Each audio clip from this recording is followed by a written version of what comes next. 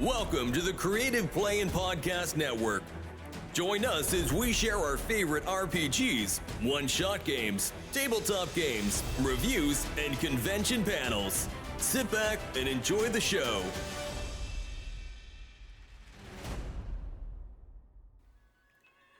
Hi, this is Kelly, aka Trixie from Ragnarok and Roll, a Scion to Ragnarok story, and Tilda Wimblewick from D&D Journey of the 5th Edition. First off, I would just like to say thank you to everyone for listening to our varied adventures, as well as for rating us on iTunes and RPGpodcast.com. If you haven't rated us yet, we would greatly appreciate it if you could. And if you're looking for more ways to support our efforts, we are now on Patreon, a great site where you can help us continue making more podcasts, as well as some special surprises for our patrons. If you can, please look us up at www.patreon.com/cppn.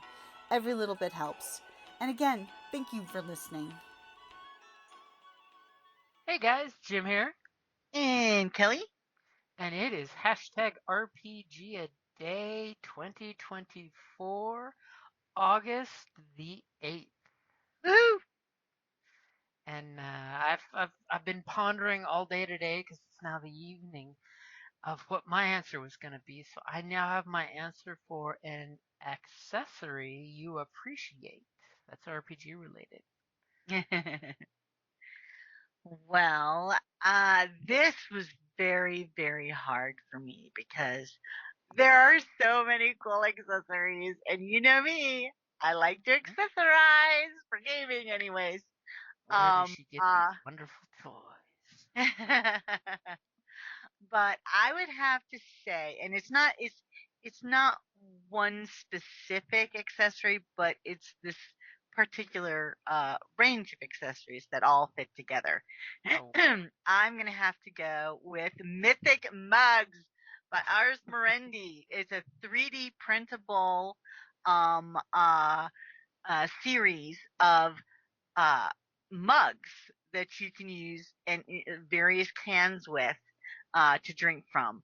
But not only and they're factions, they're not faction but class specific. They do and non tankards and it's just, but they do have ones that are specifically designed for either specific races or, well, actually pretty much all the races, all the classes.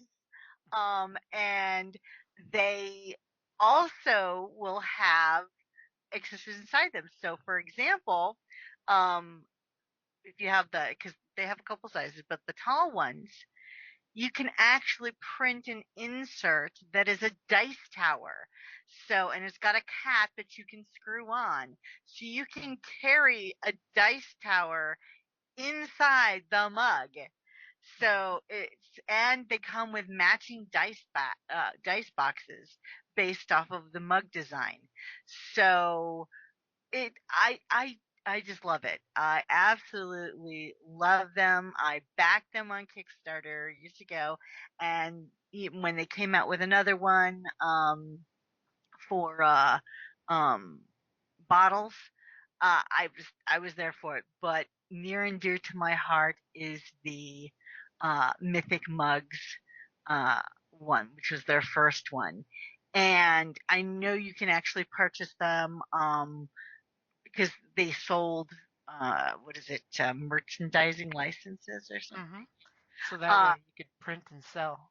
So people who have that license can print and sell these mugs. As a matter of fact, I've had some printed at home, but I've actually paid to have some printed like on Etsy and stuff. And I just love them. I have a collection of them. For different classes and races, and then they have like a generic one which is just treasure, and it's really cool because and all the lids are interchangeable, so it's not just you can mix and match, which is great. For like the treasure mug, I have it printed in a copper, but the lid is gold filament and it's in the shape of coins. So it's really cute. I love these. I love them. I love them. I love them. And you can get the inserts. There's a dice tower, and it's fantastic. So, and the little tray for the bottom of the dice tower fits on top of the dice tower uh cast because it's like a little castle tower, and then it fits inside the mug, and then you can screw on the lid, and there you go. You can carry it with you for gaming, and it's adjustable for like all different size. They have You can have a regular 12-ounce can, you can have a big rock star, you can have they have adjustable inserts depending on what size can you're using it with. And the beauty is, like with one of the places that I got mine 3D printed, they also sell inserts shaped like cans, but they're glasses. So you don't have to have cans. You can use, so it doesn't have to be soda or anything. And my favorite ones are the stainless steel ones. I actually have a few plastic ones too, but the stainless steel ones I adore. So I know I've been prattling on about them, but that is my favorite range of accessories. See, for me, I'm going to take the more Game Master angle and say the first honorable mention is going to be your GM screen because that is a great accessory for the game.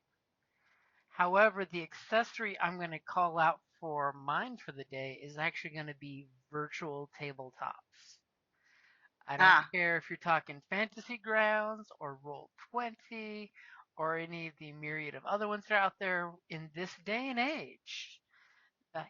Virtual tabletops got us through this whole COVID shtick that happened and that's got us true. to keep gaming while we were all looking for our fix.